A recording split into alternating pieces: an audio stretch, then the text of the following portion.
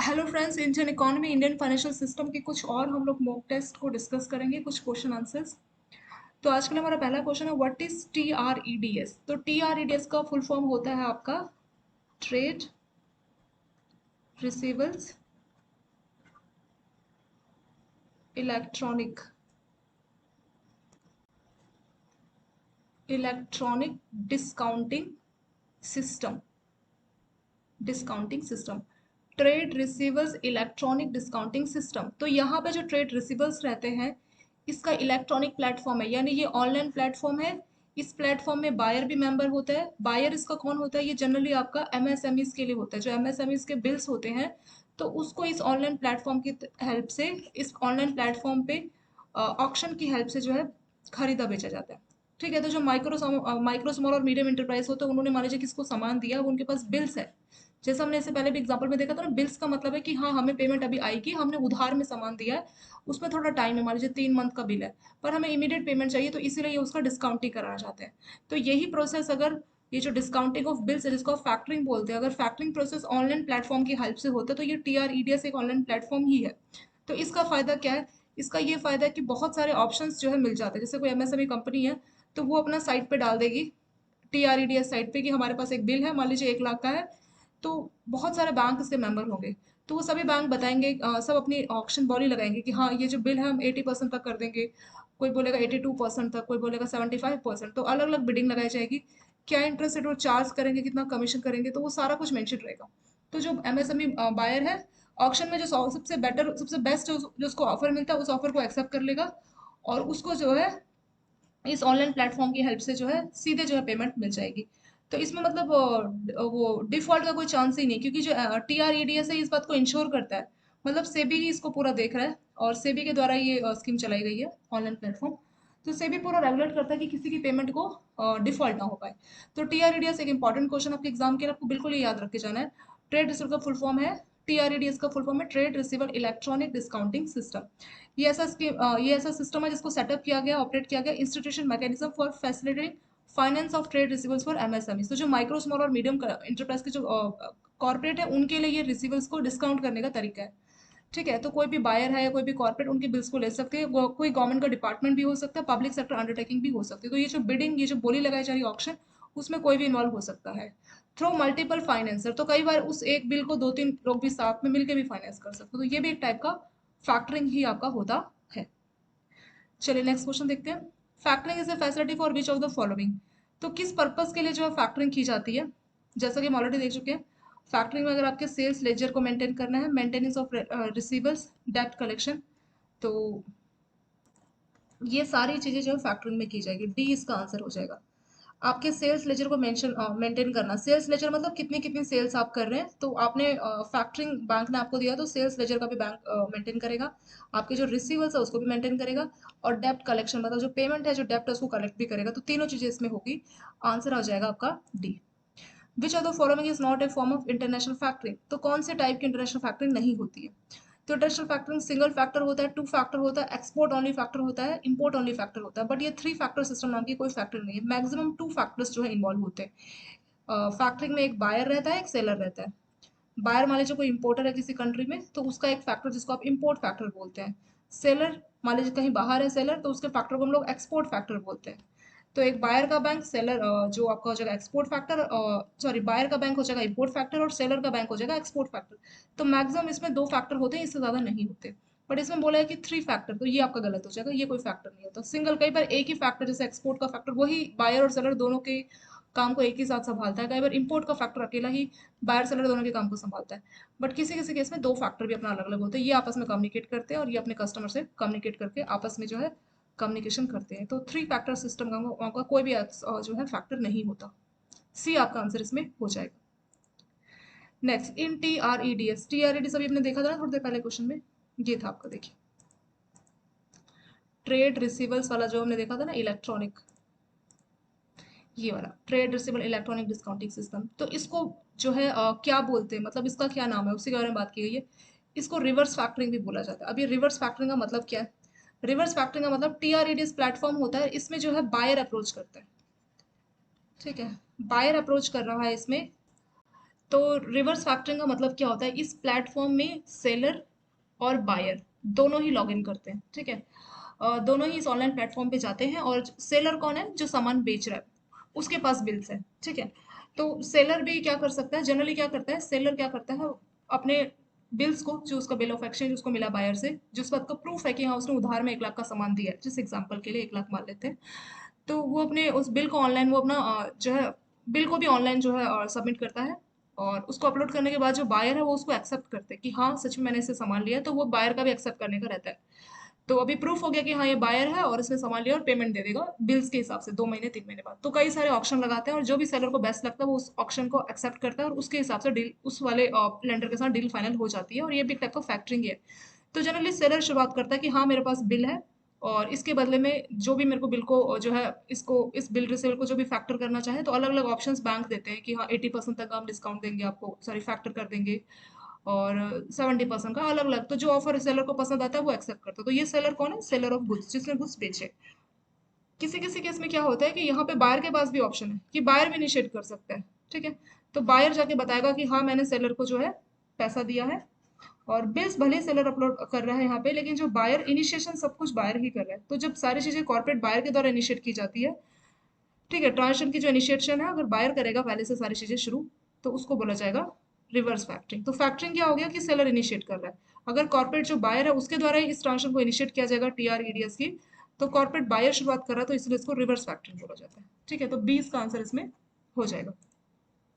What is venture capital, venture capital क्या होता है, वेंचर का मतलब होता है जैसे कोई भी ये वो कैपिटल होती है, जैसे कोई नई नई कंपनी, कोई नई नई स्टार्टअप ओपन होने जा रही है, ठीक है। इंडिया में अपने स्टार्टअप का बहुत देखा होगा, तो कोई नई स्टार्टअप बनने जा रही है, तो कोई नई नई स्टार्टअप है, अगर उसको तो शुरू में IPO की परमिशन नहीं देता सेबी, क्योंकि ऐसे तो कितनी सारी स्टार्टअप ओपन होती है, हर कंपनी को स्टार्टअप के लिए फंड रेजिंग के लिए सेबी अगर परमिशन देने लगा, तो मतलब उसकी भी कुछ कंडीशंस होती है कि कम से कम इतने साल आपको कुछ प्रॉफिट कुछ दिखाना होता है, तभी आप सेबी में IPO ये सब ला सकते हैं।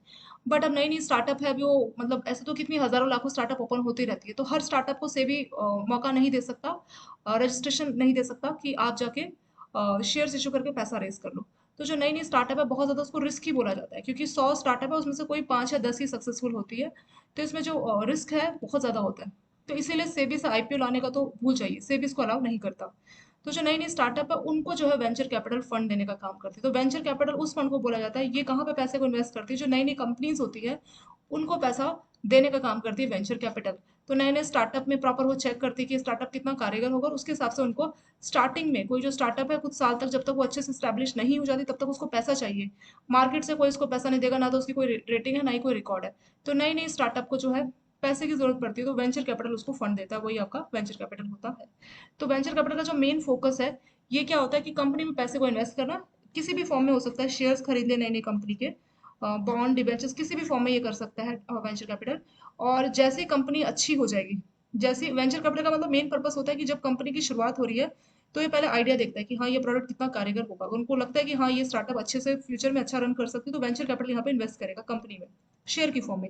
मान लीजिए 2-3 साल हो गए, कंपनी ने अच्छा प्रॉफिट अर्न करना शुरू किया, तो जब नई नई कंपनी है तो इसने मान लीजिए एक शेयर खरीदा होगा 10 रुपए में, पर जब कोई कंपनी ग्रो करने लगती है तो वो जो 10 रुपए का शेयर है वो 1-2 साल में मान लीजिए वो 100 रुपए का हो गया। तो अब क्या करेगी, जैसी कंपनी ग्रो करने लगेगी वैसे ही वेंचर कैपिटल क्या करेंगे, ये जो शेयर्स हैं उसको बेच देगी, ठीक है। उस टाइम पे फिर IPO का भी इसको परमिशन मिल जाएगा, IPO के थ्रू या वैसे प्राइवेट प्लेसमेंट, मतलब डायरेक्टली जो है शेयर्स किसी थर्ड पार्टी को बेच देगी जो कि उस शेयर में भी इंटरेस्टेड है। तो 100 रुपए लगा के उसको जो है, सॉरी 10 रुपए का इन्होंने इन्वेस्ट किया, और 100 रुपए का यानी कि ऑलमोस्ट 90 रुपए तक का इनको एक शेयर में बेनिफिट हुआ। ऐसे 1 लाख शेयर है तो आप सोच लीजिए कितना ज्यादा इनको बेनिफिट होता है। तो ये बहुत रिस्की भी है, रिस्की भी, और अगर कंपनी बहुत अच्छे से चल गई तो बहुत बेनिफिशियल भी। जैसे बोलते हैं ना, जितना ज्यादा रिस्क उतना ज्यादा बेनिफिट, बिल्कुल यही चीज आपके वेंचर कैपिटल पे लागू होती है। और जैसे कंपनी अच्छे स्टेज में आएगी, मतलब वेंचर कैपिटल का पर्पस होता है कंपनी के सिर्फ बुरे वक्त में ही मदद करना, जैसे कंपनी की हालत अच्छी हो जाएगी ये शेयर्स बेच के अपना किसी दूसरी कंपनी की तलाश में लग जाता है जिनको पैसे की जरूरत है, ठीक है। तो मेन पर्पस वेंचर कैपिटल का होता है सिर्फ अच्छे दिनों के लिए, जब तक आप सब, सॉरी जितने बुरे दिन है उतने दिनों के लिए। तो स्टार्टिंग में कंपनी के बुरे दिन है इन द सेंस कि कहीं से भी उनको पैसा नहीं मिल रहा, तो ऐसे टाइम पे वेंचर कैपिटल सपोर्ट करता है।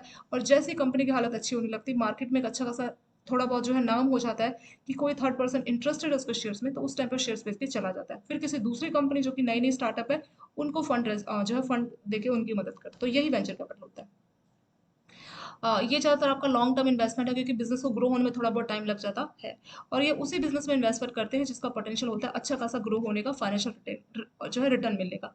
It is a private institution investment made to startup companies. तो ये प्राइवेटली जो है, मतलब किसी भी आप ट्रेडिंग करके पब्लिक एट लार्ज से पैसा नहीं ले रहे, ये प्राइवेट इंस्टीट्यूशन मतलब कुछ ही इन्वेस्टमेंट्स रहते हैं जो कि इसके द्वारा किए जाते हैं। और कहाँ किया जाता है? Startup company at early stage. अभी अर्ली स्टेज क्या आता है, वो क्या होता है, वो भी आपका एक टॉपिक होगा शायद नेक्स्ट या नेक्स्ट टू नेक्स्ट टाइम का, ठीक है। तो अर्ली स्टेज मतलब नई नई शुरुआत हुई है कंपनी की, उस टाइम पे स्टार्टअप को पैसा चाहिए, तो वेंचर कैपिटल उसको फंड अवेलेबल कराती है। Venture capital funds are the investment made by the investors who seek private equity stakes in small to medium businesses. तो जो छोटे और मीडियम सस्ते बिजनेस है उनको ये सपोर्ट करती है, which have potential to grow, तो जो फ्यूचर में ग्रो कर सकती है। ये ज़्यादातर हाई रिस्क हाई रिटर्न वाली होती है।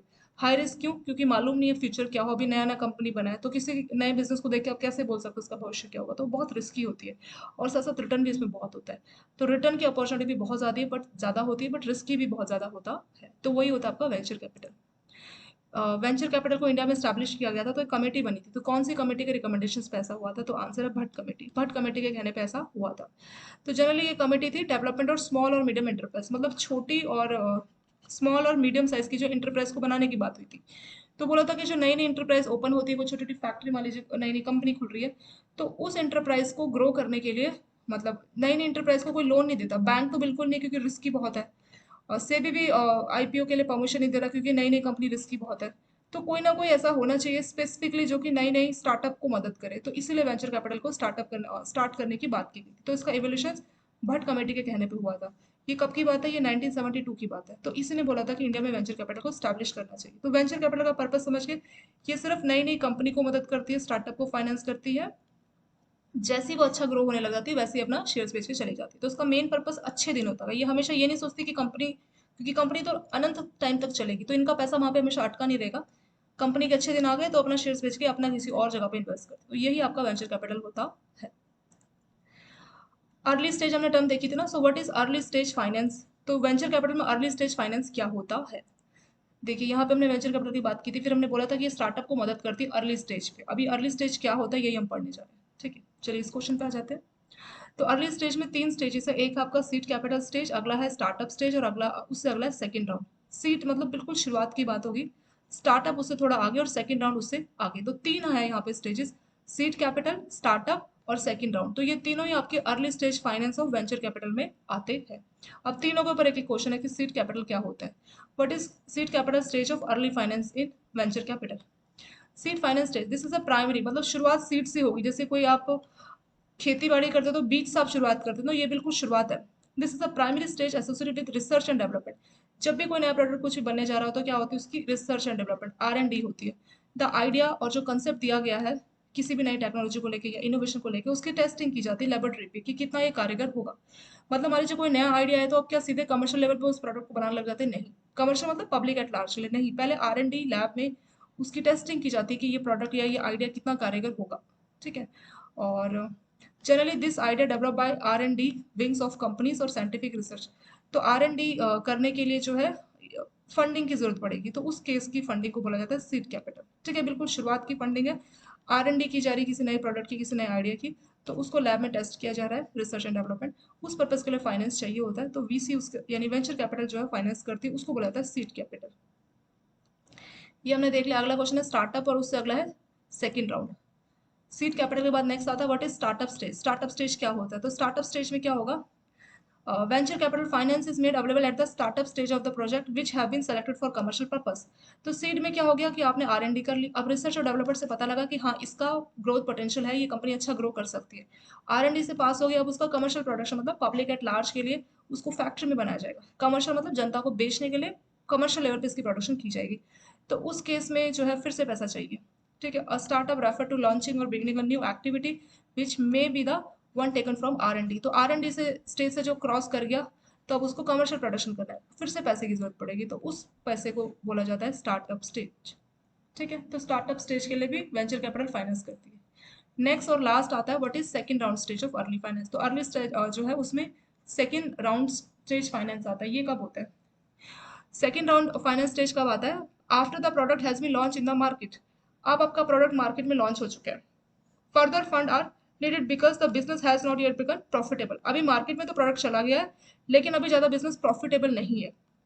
ठीक है, और नए नए इन्वेस्टर्स को अट्रैक्ट करना जो कि इस कंपनी में इन्वेस्ट करें मुश्किल है, क्योंकि अभी भले ही जैसे आपने बहुत सी कंपनी के प्रोडक्ट मार्केट में देखे होंगे, तो क्या वो सभी प्रॉफिट अर्निंग है? अभी तो उस कंपनी के बारे में उसको मालूम ही नहीं है, तो शुरुआत में जो है थोड़ा लॉस में जाता है बिजनेस, तो उस टाइम पे पैसे की जरूरत पड़ती है। ठीक है, venture capital provide finance at such stage which is competitive. तो ये देखा जाए तो फर्स्ट टू स्टेज से थोड़ी कम रिस्क है, क्योंकि अभी प्रोडक्ट मार्केट में जो है लॉन्च हो चुका है, तो उस टाइम पे जो है कंपनी प्रॉफिट नहीं अर्न कर रही होती, इसीलिए उसको अपना प्रॉपर कमर्शियल प्रोडक्शन जो बाकी का काम चल रहा है उसको कंटिन्यू रखने के लिए पैसा चाहिए होता है, तो उसी को बोला जाता है सेकंड राउंड फाइनेंसिंग। तो तीनों में आपने डिफरेंस देखा। सीड वाले में क्या हो रहा था, R&D करने के लिए पैसा चाहिए। सीड के बाद आपने सेकंड वाला क्या देखा था, स्टार्टअप। स्टार्टअप स्टेज में क्या था, उसको कमर्शियल प्रोडक्शन करने के लिए पैसा चाहिए। सेकंड राउंड में क्या हो रहा है, अभी प्रोडक्ट मार्केट में जा चुका है बट अभी ज़्यादा प्रॉफिट अर्न नहीं कर रही कंपनी। ठीक है, तो प्रॉफिट अर्न नहीं कर रही, इसीलिए इसको, क्योंकि नए इन्वेस्टर्स अभी मिल नहीं पा रहे, नई नई कंपनी पे लोग जनरली बिलीव नहीं करते। ठीक है, लोग इन्वेस्टमेंट करना नहीं पसंद करते, इसीलिए ऐसा होता है। तो इस स्टेज पे भी कंपनी जो वेंचर कैपिटल है वो फाइनेंस देती है, उसको बोला जाता है second round financing. Next, what is letter stage financing, ये भी एक ऑप्शन रहता है, letter stage financing. Even when the business of enterprise is establish, business ठीक ठाक स्टैब्लिश हो गया, अभी उसके प्रोडक्ट भी अच्छे खासे बिकने लगे, it require additional finance which can not be secured by offering shares by way of public. इसको फिर भी पैसे की जरूरत पड़ती है कई बार एक्सटेंशन के लिए, मतलब बिजनेस तो चल रहा है अभी ठीक ठाक ग्रो कर रहा है, पर फिर भी पैसे की जरूरत तो पड़ ही जाती है बिजनेस को चलाने के लिए, तो उसको बोला जाता है लेटर स्टेज फाइनेंसिंग। ठीक है, तो लेटर स्टेज फाइनेंस क्या हो रहा है कि अभी बिजनेस थोड़ा स्टैब्लिश हो गया है, फिर भी उसको पैसा चाहिए, क्योंकि अभी IPO के लिए या बाकी के लिए परमिशन उसको नहीं मिल पाएगी, अभी थोड़ा टाइम लगेगा, तो उस टाइम के लिए जो पैसे की रिक्वायरमेंट पूरी की जाती है वेंचर कैपिटल के द्वारा, उसको बोलते हैं लेटर स्टेज फाइनेंसिंग।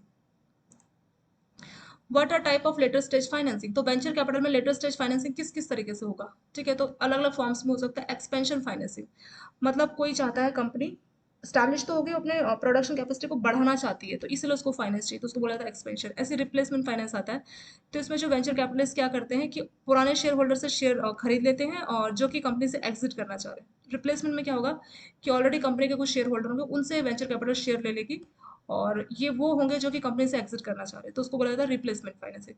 तीसरा आता है turn around, when A company is operating eight A loss after crossing early stage and entering into commercial production, it may plan change in operation. तो टर्न अराउंड में क्या है कि कंपनी कुछ activity कर रही थी लेकिन वो लॉस में जा रही है, रीजन वो अपनी ऑपरेशन एक्टिविटी को चेंज करना चाह रही है, और प्रोडक्ट को कुछ मॉडरेशन या अपने ऑपरेशन को एक्सपेंड करना चाह रही है। ठीक है, कैसा कर रही है, जो लॉस मेकिंग प्रोडक्ट है उसको डिलीट करके और कुछ नए प्रोडक्ट को ऐड करके ये करना चाह रही है कंपनी, तो इसलिए जो है उसको स्टाफ को रीऑर्गेनाइज करना पड़ेगा।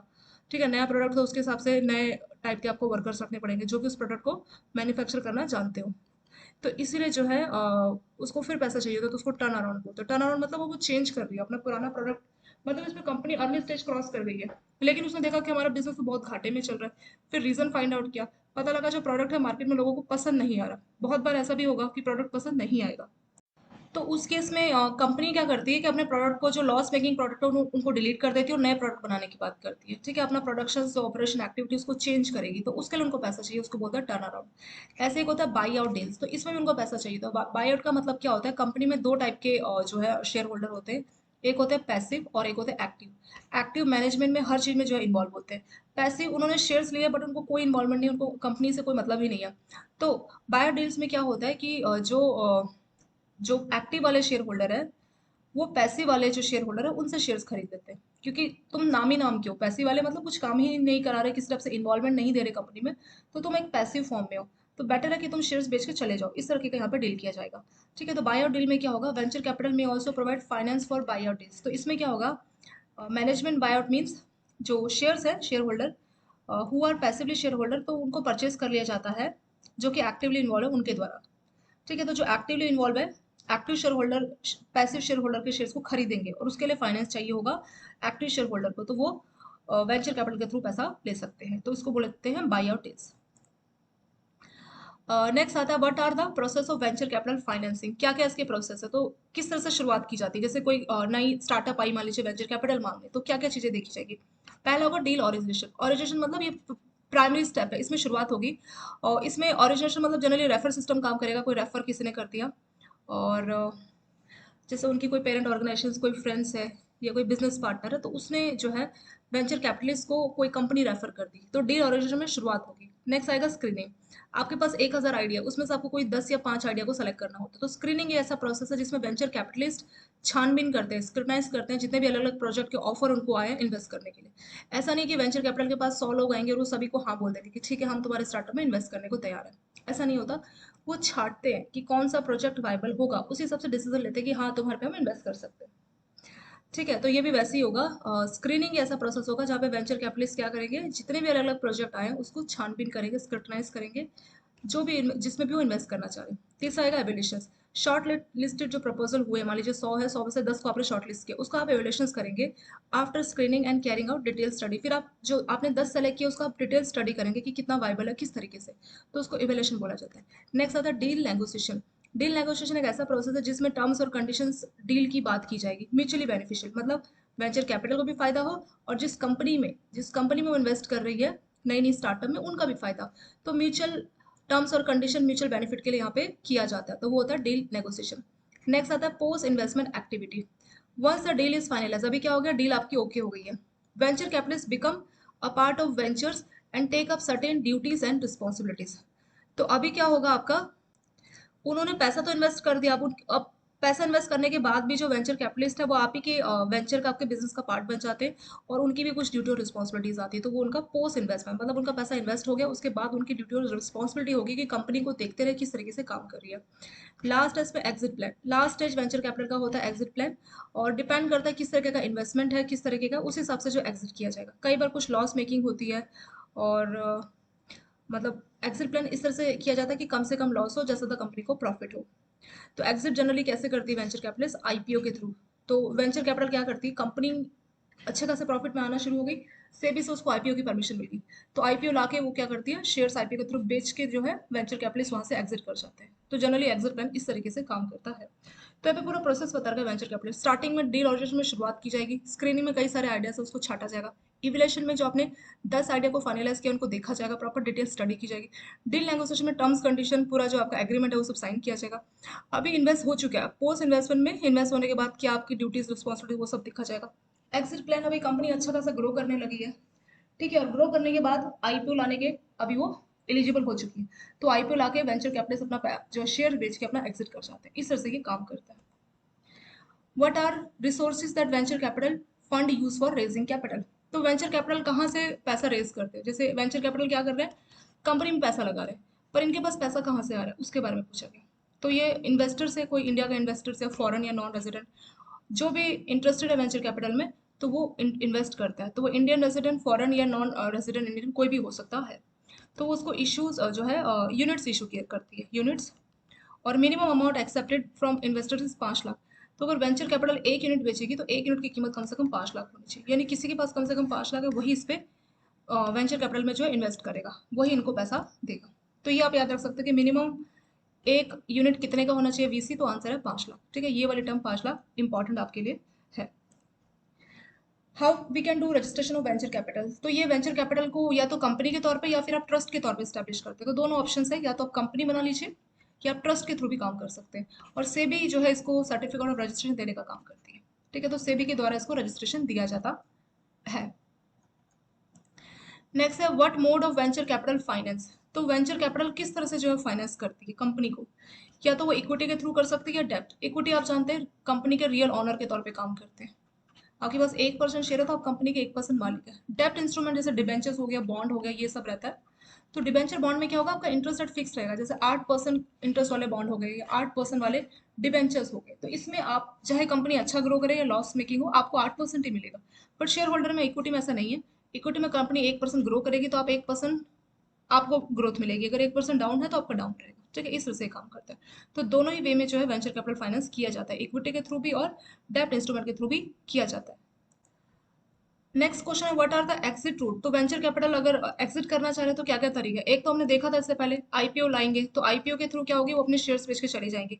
दूसरा तरीका bye back of share by the promoter. तो जो जिन्होंने स्टैब्लिश किया प्रमोटर, तो वो खुद क्या करते हैं, अभी उनका अच्छा खासा प्रॉफिट होने लगा तो प्रमोटर खुद से वेंचर कैपिटल से जो है शेयर खरीद लेते हैं, तो उसको बोला जाता है buy back of share by promoters. तीसरा है sale of enterprise to another company. तो जो कंपनी है वो किसी और को बेची जा रही है, कंपनी बेची जा रही है, तो जो नया पर्सन उस कंपनी को खरीदेगा तो वो वेंचर कैपिटल को भी जो है शेयर्स की पेमेंट दे देगा, और वेंचर कैपिटल यहाँ से एग्जिट कर जाते हैं। और क्या तरीका है, sale to new venture capitalist, a venture capitalist can sell the equity in the enterprise to a new venture capitalist. तो कई बार ऐसा होता है, मतलब वेंचर कैपिटल अलग अलग कंपनी है, तो मान लीजिए एक वेंचर कैपिटल वन है, वो इस बिजनेस से अभी जाना चाहती है, एग्जिट करना चाह रही है, तो कोई दूसरी वेंचर कैपिटल है जो कि इंटरेस्टेड होगी, वो इसको पैसा दे देगी और ये वाली एग्जिट कर जाएगी और ये वाली आ जाएगी। तो कई बार वेंचर कैपिटलिस्ट क्या करती है कि दूसरी नई वेंचर कैपिटलिस्ट को भी जो है इक्विटी शेयर्स के लिए पेमेंट देने को बोलती है और अपने शेयर्स नई वेंचर कैपिटल को देके चले जाती है। ठीक है, तो एक वेंचर कैपिटल वन है, एक टू है, तो नई वेंचर कैपिटलिस्ट पुरानी वाली को जो है शेयर्स की पेमेंट दे देगी, अब नई वाली जो वेंचर कैपिटलिस्ट है वो शेयर की ओनर बन जाएगी। सेल्फ लिक्विडेटिंग प्रोसेस, तो कई बार ऐसा भी डेप्ट होता है जिसमें जो प्रोसेस अपना आप ही सेल्फ लिक्विडेटिंग होता है। जैसे मान लीजिए कुछ अमाउंट आपने एक स्पेसिफिक मैच्योरिटी टर्म के लिए दिया है, तो जैसे ही वो टेन्योर पूरा हो जाएगा, इंटरेस्ट पूरी हो जाएगी, तो आपका जो है अपने आप ही एग्जिट इसमें हो जाएगा। लास्ट है liquidation of the investing company.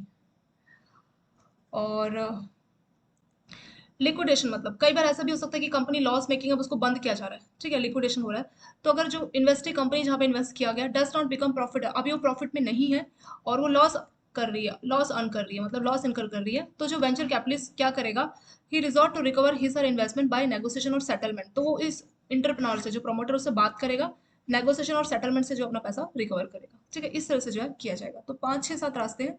नया आईपीओ लेके आएगी, तो आईपीओ में क्या होगा, लोग शेयर्स को स्टॉक एक्सचेंज के थ्रू खरीदेंगे बेचेंगे, तो वेंचर कैपिटल वहाँ अपने शेयर बेच के जा सकती है। Buy back of share by the promoter, कई बार प्रमोटर खुद से जो है वेंचर कैपिटल से शेयर खरीद लेता है। Sales of enterprise to another company, तो जो आपकी कंपनी थी मान लीजिए एबीसी लिमिटेड, तो उस पर वेंचर कैपिटल नई नई स्टार्टअप है वो, तो अभी वो क्या कर रही है, वो कंपनी को कोई दूसरा खरीद रहा है, तो जो नया खरीदेगा वो आपका पैसा देगा, आपका इंस्टॉलमेंट जो आपका पैसा वो रिकवर हो जाएगा। सेल ऑफ न्यू वेंचर, तो कई बार नई नई दूसरी वेंचर कैपिटलिस्ट जो कि इंटरेस्टेड आपकी कंपनी में, तो वो आपसे जो है शेयर्स ले सकती है, ये भी एक ऑप्शन रहता है। सेल्फ लिक्विडेटिंग, कई बार कुछ ऐसे इन्वेस्टमेंट होती है जिसका मेच्योरिटी टाइम होता है, जैसे मेच्योरिटी टाइम का कंप्लीट वैसे आपका पेमेंट आपको मिल जाता है। Liquidation of investing company, investing company profit earn नहीं कर रही है, वो बंद होने जा रही है, तो उसमें नेगोशिएशन या सेटलमेंट के थ्रू जो है डील की जाएगी। Which of the following statement is incorrect, इसमें से कौन सी बात गलत है। पहला है finance for new project is risky, तो जो नए नए प्रोजेक्ट है उसके लिए फाइनेंस करना काफी रिस्की होता है, ये बात सही है, नए नए प्रोजेक्ट का कुछ भरोसा नहीं किया होगा। सेकेंड है venture capitalist finance establish project, दूसरा बोल रहा है कि जो वेंचर कैपिटलिस्ट है जो अच्छे खासा स्टैब्लिश प्रोजेक्ट है उसी में फाइनेंस करता है, बिल्कुल गलत है। जो नए नए प्रोजेक्ट है वेंचर कैपिटलिस्ट सिर्फ वहीं पे फाइनेंस करता है, जैसे ही वो स्टैब्लिश हो जाता है, अच्छा खासा प्रॉफिट अर्न करना शुरू करता है, तो वैसे वेंचर कैपिटल उससे एग्जिट कर जाता है। और इसमें लिखा है कि सिर्फ वो स्टैब्लिश प्रोजेक्ट में इन्वेस्ट करता है, तो इसलिए ये बात आपकी गलत हो गई। वेंचर कैपिटल लॉन्ग टर्म का इन्वेस्टमेंट है, ये बात भी सही है। Venture capital step in where the profit, जहाँ पे profitability of failure is high, मतलब नई नई कंपनी तो बहुत चांस है, तो वहाँ पे ये मदद करती है कैपिटल देने में। ठीक है, तो ये सारी बातें सही है, सिर्फ बी गलत है, तो वही आपका आंसर हो जाएगा।